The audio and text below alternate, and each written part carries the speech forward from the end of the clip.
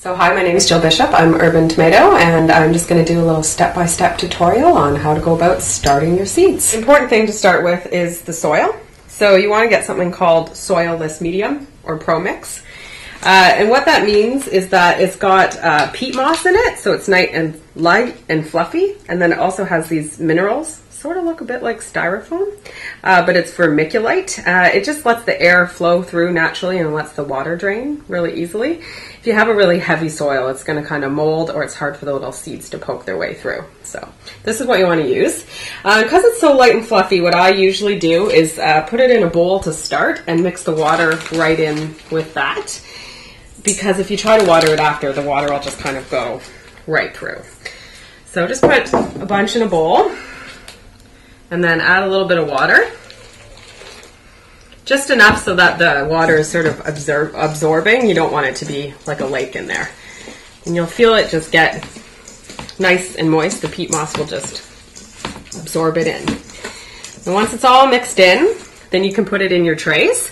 And I use these just because they're really easy to reuse, but you could use egg cartons, old coffee cups, anything that has proper drainage. And if you're reusing something, you want to make sure it's nice and clean, because otherwise disease can live in old pots. So don't want to pass that on to your plants.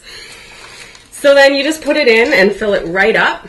Don't worry about pressing it down too much. You can press it a little bit, but you want to make sure that there's room for airflow in there. So just fill it right up to the edges.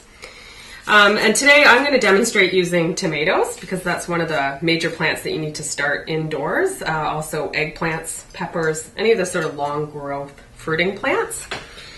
So I'm going to plant something called black cherry, which is, as you might guess, a little round black cherry tomato. Really delicious. So you take out the seeds, and mine are kind of stuck together a bit because I collected them all last year. So just break them up if you need to, but most often you won't have to. And then my rule for seeds is to plant them twice as deep as the seed is big. So these seeds are pretty small, so you don't need to go very deep. So I usually just use my finger. Just poke a little hole in there.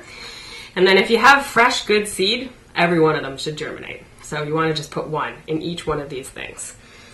So just put it right in there. And then just cover it up a little bit. If you want to, you can add a little bit more soil, but usually you won't really need to. You can just sort of cover it over. And then something that often people forget, which is a very, very important thing to do, is label. So right away, remember to write what it is. I use old Venetian blinds because there's millions of them around. You can just cut them up and they make really good labels. And you should use a Sharpie, because any other marker will wash away and then you won't know what it says. So that's pretty much what you need to do. Now it's nice and moist, so you don't need to add any extra water. Leave them in a nice, really sunny, warm location, and then keep watering them as the soil sort of dries out. So you could just water them right from the top. Don't need a lot at first. And then in 7 to 10 days, you should see your little sprouts coming up.